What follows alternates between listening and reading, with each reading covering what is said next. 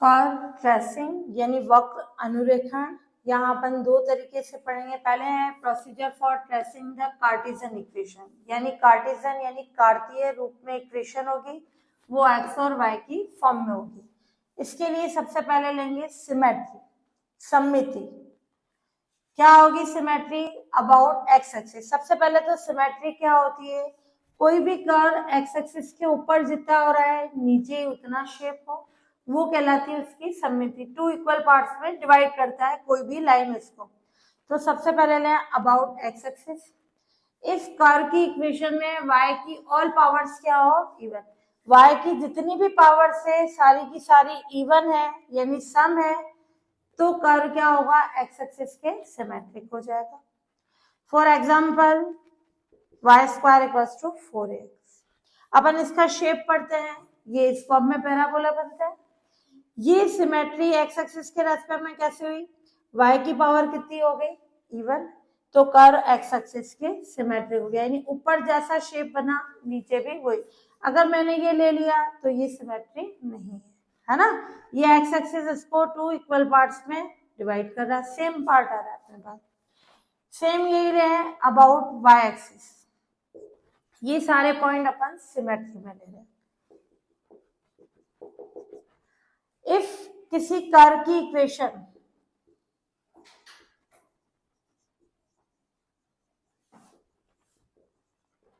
Equation में x की सभी पावर्स इवन है, उल्टा उसमें y की थी, इसमें x की, तो x की सभी पावर्स इवन है, देन कर्व y एक्सिस के सिमेट्रिक होता है।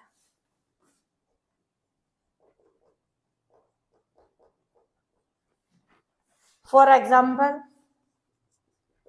X square equals to 4ay। X की पावर इवन है तो y एक्सिस के सिमेट्रिक होगा, यानी ये शेप बनेगा, ये x ये y।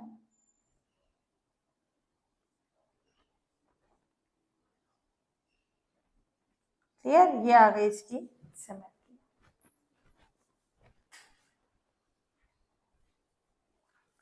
फिर है अबाउट बोथ दी एक्सिस। एक था एक्स एक्सिस के अबाउट यानी एक्स एक्सिस के परे जो है सिमेट्रिक, वाई एक्सिस के था।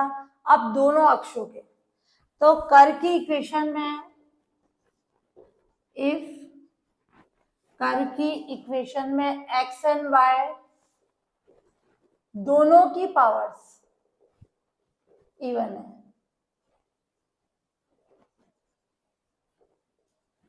देन कर्व दोनों एक्सिस के रेस्पेक्ट में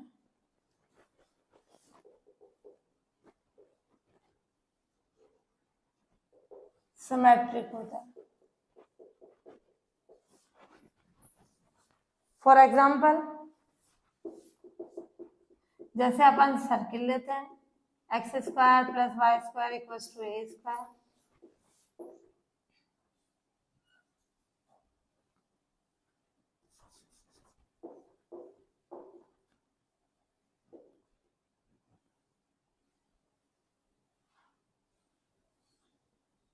ये एक्स एक्सिस ध्यान से देखना, इसके ऊपर जो शेप बना वही नीचे बना, यानी एक्स एक्सिस के सिमेट्रिक का।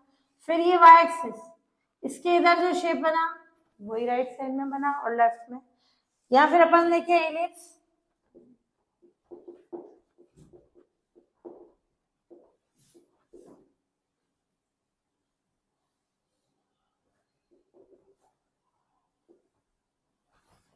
क्लियर? अब इसको देख के थोड़ा कम ज्यादा हो रहा है, जो ऊपर शेप बनेगा वही नीचे बनेगा।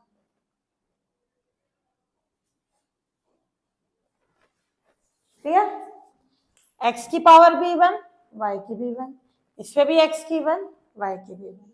तो एक था x एक्सिस के रेस्पेक्ट में, दूसरा y एक्सिस के रेस्पेक्ट में, थर्ड था दोनों एक्सिस के रेस्पेक्ट में। अब है about line y equals to x।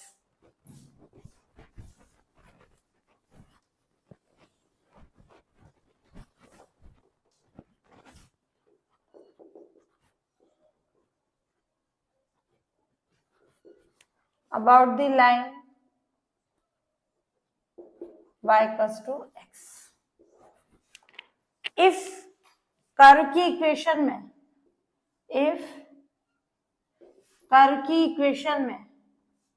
x and y को इंटरचेंज करें, है ना, इंटरचेंज करने का मतलब x की जगह y रख दें और y की जगह x रख दें। कर्व की इक्वेशन में x एंड y को इंटरचेंज करने पर, आपस में बदलने पर कर्व की इक्वेशन में कोई चेंज नहीं होता। कर्व की इक्वेशन में कोई चेंज नहीं होता है। देन कर्व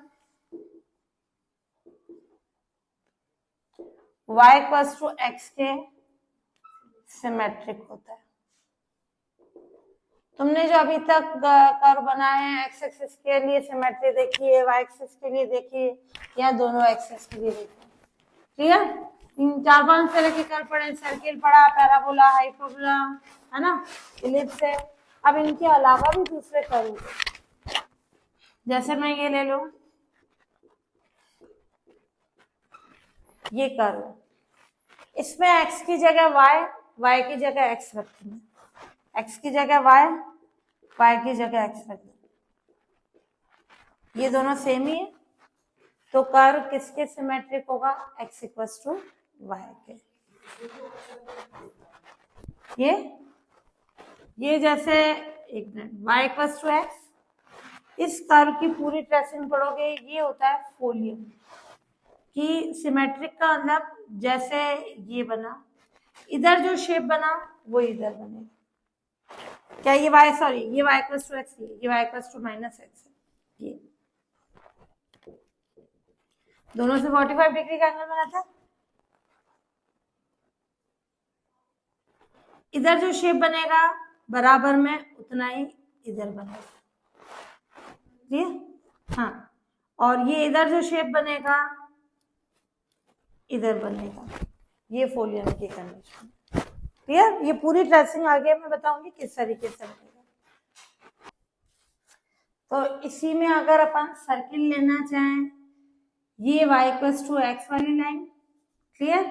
ये सर्किल को 2 इक्वल पार्ट्स में डिवाइड कर रही है, ये इधर वाला पोर्शन और ये इधर वाला पोर्शन। अब है अबाउट द लाइन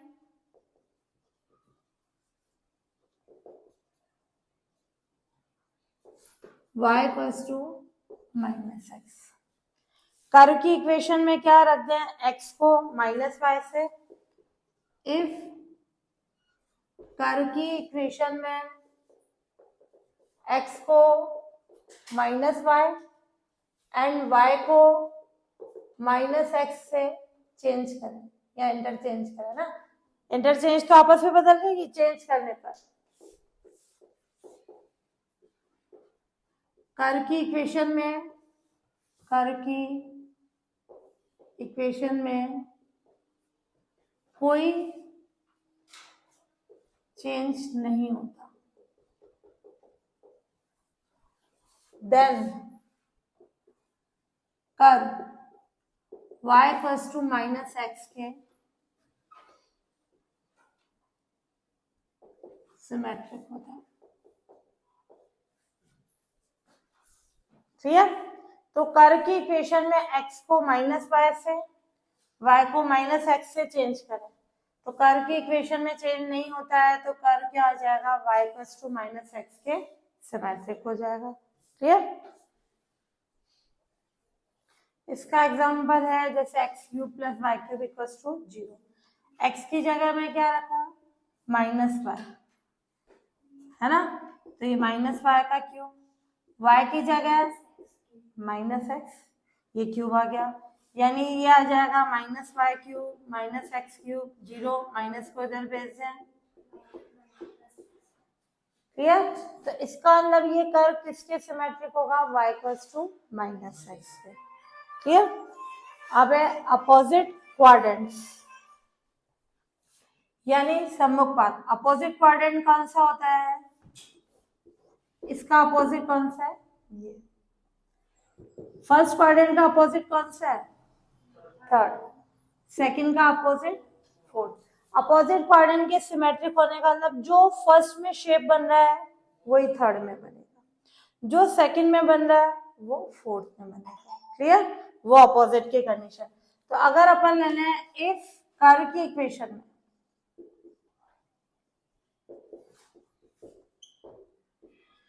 x को माइनस एक्स, इधर एक्स वाई है तो इधर क्या होता है?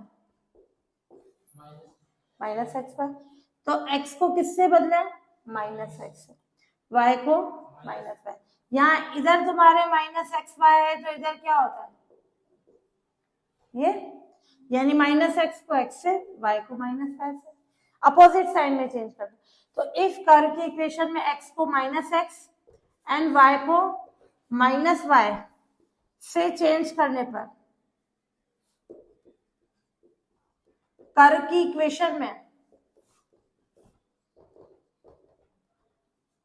कोई चेंज नहीं होता है।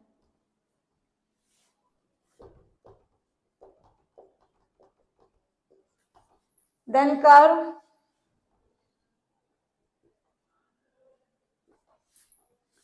अपोजिट क्वाड्रेंट के सिमेट्रिक है।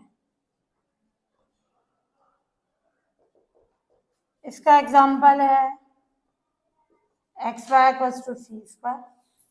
मैं एक्स की जगह माइनस एक्स रखूं, वाई की जगह माइनस वाई रखूं, दोनों का माइनस प्लस पे चेंज हो जाएगा, तो ये हो जाएगी अपोजिट क्वाड्रेंट के सिमेट्रिक की कंडीशन। ओरिजिन, मूल बिंदु। पहले सिमेट्री में अपन ने 6 कंडीशन चेक करेंगे, ये सेकंड पॉइंट है, ओरिजिन यानी मूल बिंदु।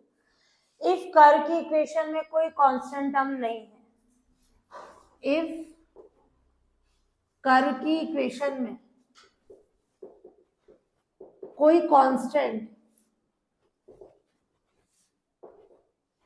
टर्म नहीं है, देन कर्व 0 0 से पास होता है। 0 0 यानी मूल बिंदु से गुजरता है। या फिर इसकी डेफिनेशन लिख सकते हो, कर्व की इक्वेशन में x इक्वल्स टू 0 रखने पर y इक्वल्स टू 0 है, या y 0 रखने पर x इक्वल्स टू 0 है। तो x 0 रखा तो y की वैल्यू 0, या y 0 रखा तो x की वैल्यू 0, देन कर्व 0 0 से पास होता है।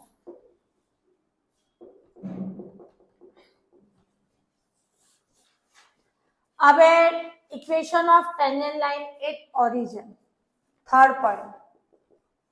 जरूरी नहीं है सारे कर्व ओरिजिन से पास हो, क्या ये सर्किल ओरिजिन से पास होता है? इसमें कांस्टेंट टर्म आ रही, अगर कांस्टेंट टर्म नहीं होगी तो ओरिजिन से पास होगा। या फिर मैं इस पे x 0 रखूं तो क्या y 0 आ रहा? नहीं आ रहा। तो ये देखो अपन सर्किल बनाते हैं, क्या ये 0 0 से पास हो रहा? नहीं हो रहा। अगर मैं पैराबोला ले लूं, क्या इसमें कोई कांस्टेंट टर्म है? नहीं है, तो वो 0 0 से पास होगा। या मैंने x 0 रखा तो y 0 आ रहा है, या y 0 रखने पर x 0 आ रहा है, तो ये किससे पास हो रहा है? 0 0। क्लियर? अब अपने इक्वेशन ऑफ टेंजेंट लाइन,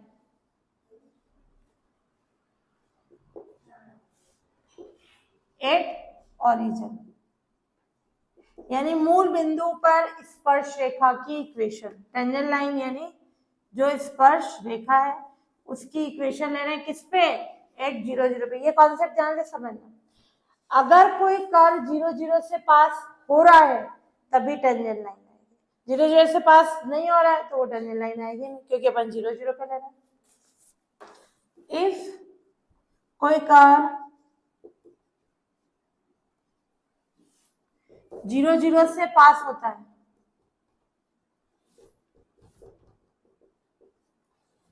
तब 0 0 पे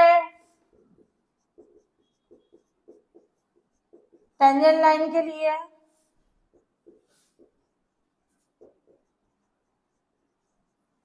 कर्व की इक्वेशन में मिनिमम डिग्री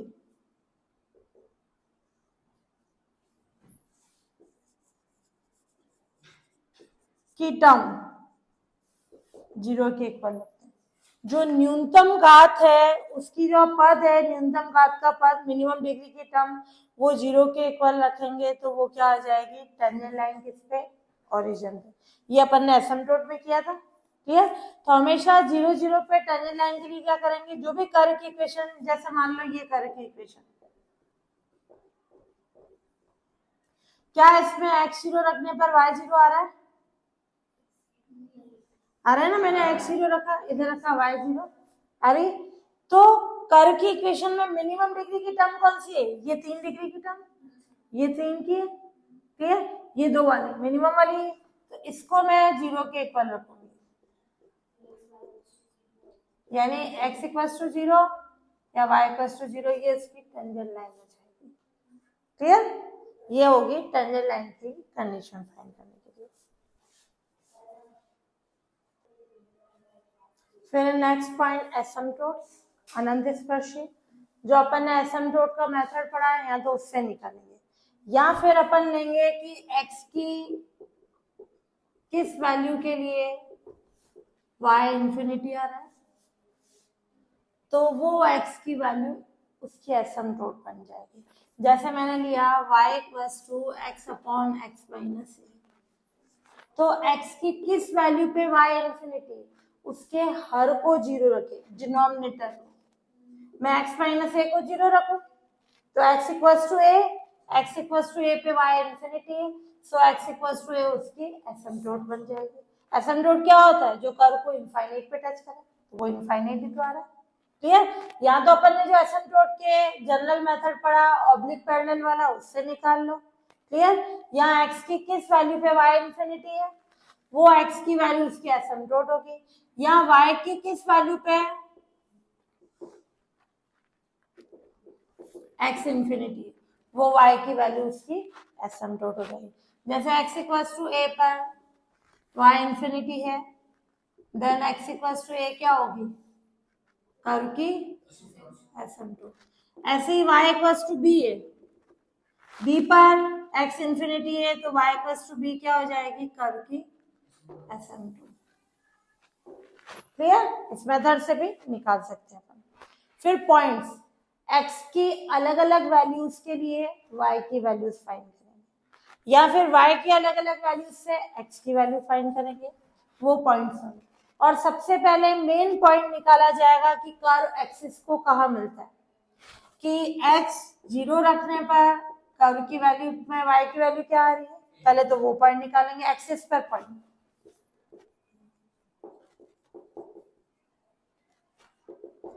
जैसे x 0 रखने पर y है, यानी कर्व x एक्सिस को कहाँ मिलेगा, a0 पे, सॉरी ये y एक्सिस को मिलेगा, क्लियर। ऐसे ही मैंने रखा कि y इक्वल्स टू b है, उस पे x क्या हो गया, 0, सॉरी ये नहीं, अब y इक्वल्स टू 0 पे x इक्वल्स टू b है, तो ये b, 0, ये हो गया x एक्सिस पे पॉइंट, ये y एक्सिस पे,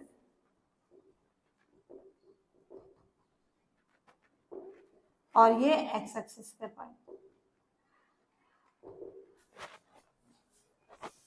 क्लियर। वो तो ये मेन निकालेंगे एक्सिस पे पॉइंट, x 0 रख के y निकाल लो और y 0 निकाल के x निकाल लो, ये एक्सिस पे पॉइंट। फिर रीजन, ये मेन होता है रीजन और ट्रेसिंग। रीजन का मतलब कर्व का पोर्शन जहां रियल, वो पोर्शन उसका रीजन होगा। जो इमेजिनरी है यानी वो कर्व वहां एग्जिस्ट नहीं करेगा, क्लियर। तो कर्व का जो पोर्शन रियल है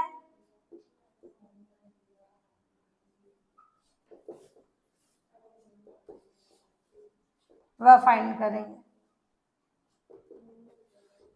और वो कैसे फाइंड करते हैं?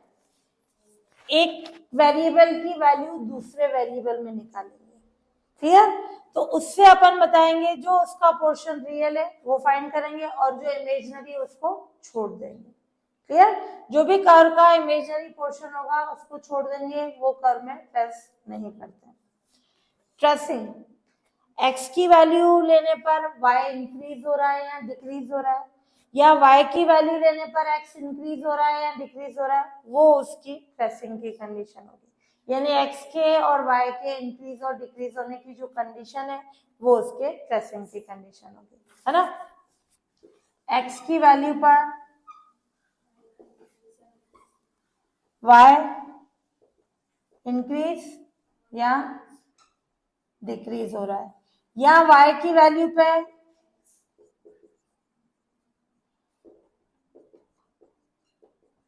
x इंक्रीज या डिक्रीज हो रहा है, वो वैल्यूज फाइंड करेंगे, वो उसकी ट्रेसिंग की कंडीशन होगी, क्लियर? इनसे अपन कर्व ट्रेस करेंगे।